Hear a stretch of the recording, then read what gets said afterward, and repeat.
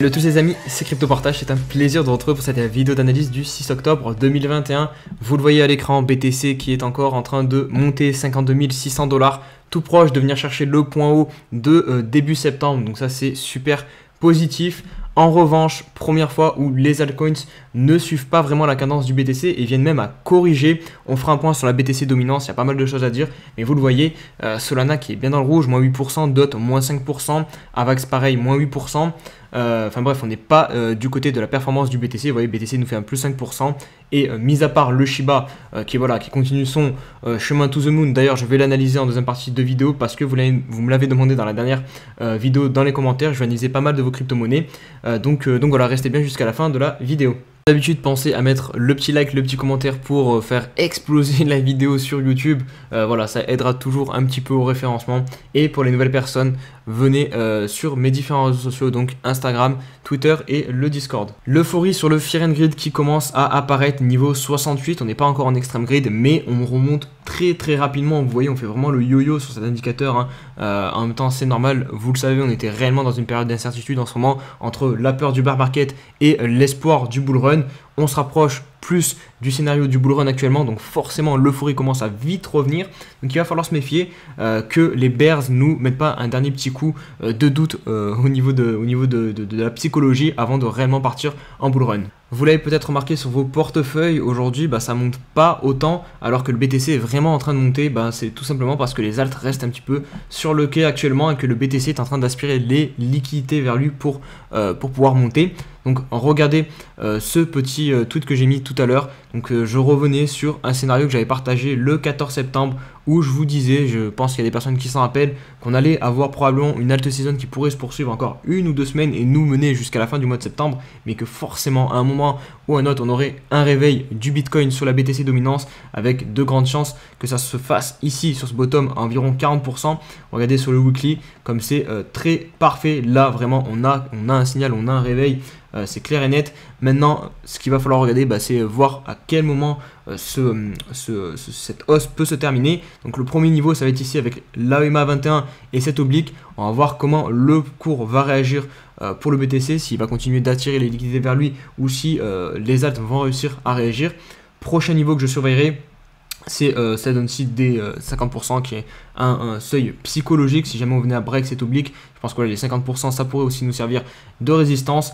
Et enfin vraiment si on rentre vraiment dans un gros FOMO sur le BTC, un gros bull run du BTC qui peut prendre vraiment 1 mois, 2 mois, nous amener jusqu'à début décembre, je pense. C'est un scénario qui est clairement jouable. Et si on prend si on fait purement de l'analyse technique, hop, on prend la hauteur ici du W, on reporte et ça nous ramènerait aux alentours des 55-60%. Une zone aussi qu'on a pas mal travaillé, hop, je peux vous la mettre en évidence ici. Donc vous voyez, ça pourrait, on pourrait venir trouver un top de ce run aussi sur la BTC dominance aux alentours de cette zone-ci des 55%. Mais du coup, concrètement, qu'est-ce que ça veut dire? Tout simplement que les alts vont potentiellement regarder le BTC partir, en fait, que votre portefeuille, si vous êtes majoritairement exposé en altcoins, ne va pas bouger. Alors si vous avez de la chance, il ne va pas bouger, il va rester sur place. Mais attention, comme il est en train de se passer aujourd'hui, des alts corrigent parce que le BTC décolle. Donc ça, c'est le pire scénario, c'est quand vos alts corrigent et que vous voyez le BTC décoller parce que voilà, sur Twitter, on va s'enflammer, on va dire Bitcoin to the moon, et vous allez rester un petit peu sur le carreau avec votre portefeuille qui ne décolle pas et voir le BTC décoller. Donc c'est pour ça que je vous dis souvent de toujours avoir un petit peu de BTC en portefeuille. C'est pour ces moments-là où la Bitcoin dominance vient à monter et surtout où le BTC attire vraiment les liquidités que pour lui. Et c'est des moments sur le marché qui arrivent, c'est déjà arrivé dans le passé. Donc voilà, il faut toujours se servir un petit peu du passé, je pense. Et donc voilà, je pense qu'avoir du BTC c'est utile. Maintenant, est-ce que c'est le moment de convertir ces altcoins en BTC? Vous le voyez, on arrive quand même proche d'une potentielle résistance.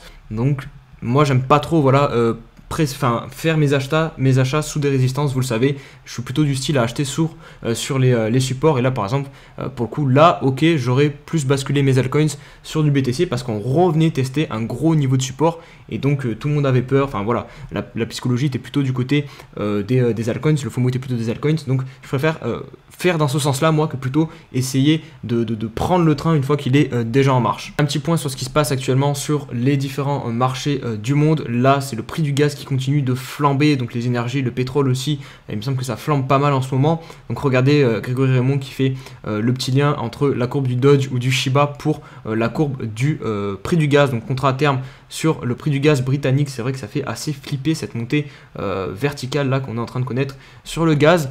Je veux aussi revenir sur les bourses américaines.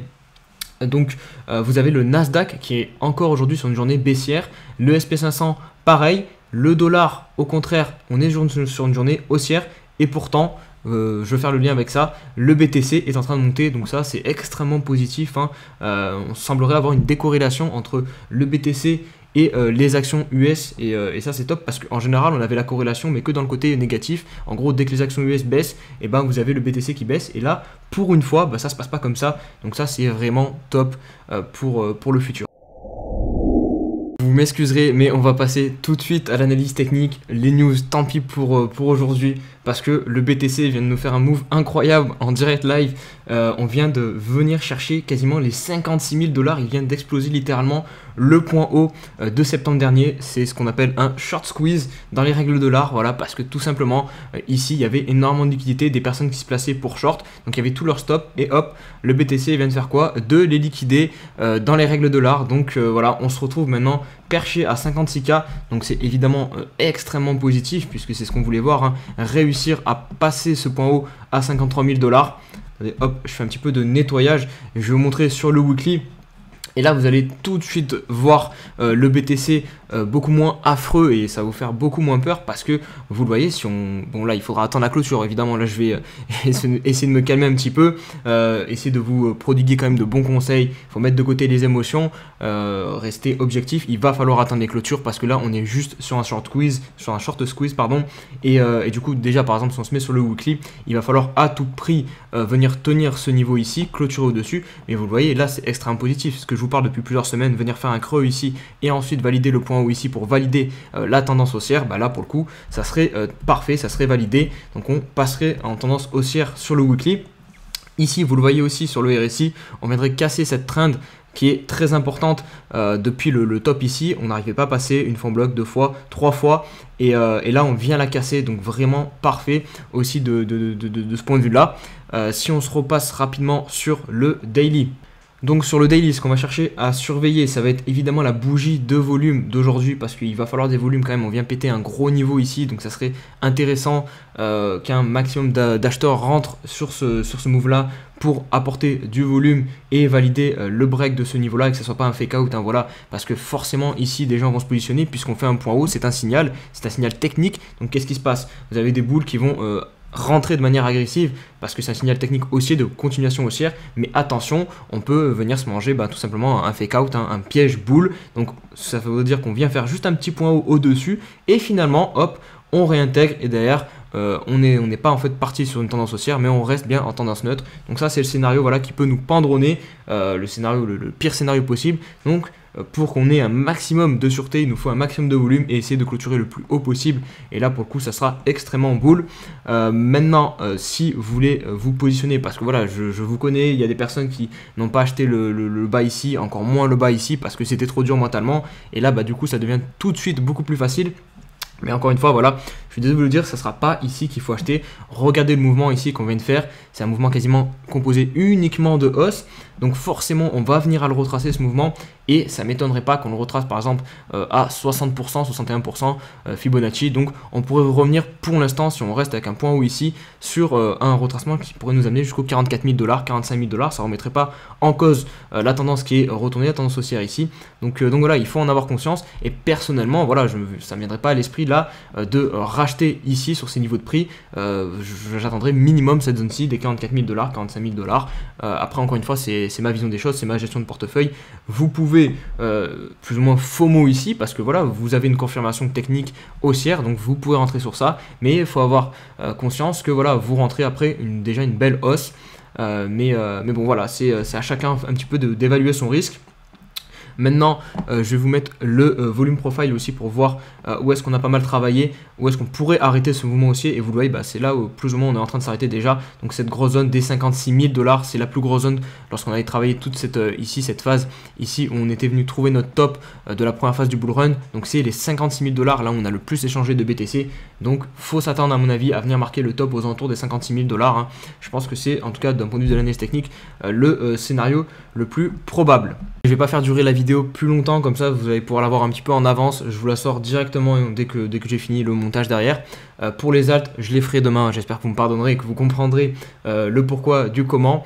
Et n'hésitez pas à bombarder la barre de like pour cette journée qui est plutôt cool sur les cryptos. On se dit à demain pour une nouvelle vidéo. Prenez soin de vous. Allez, ciao ciao.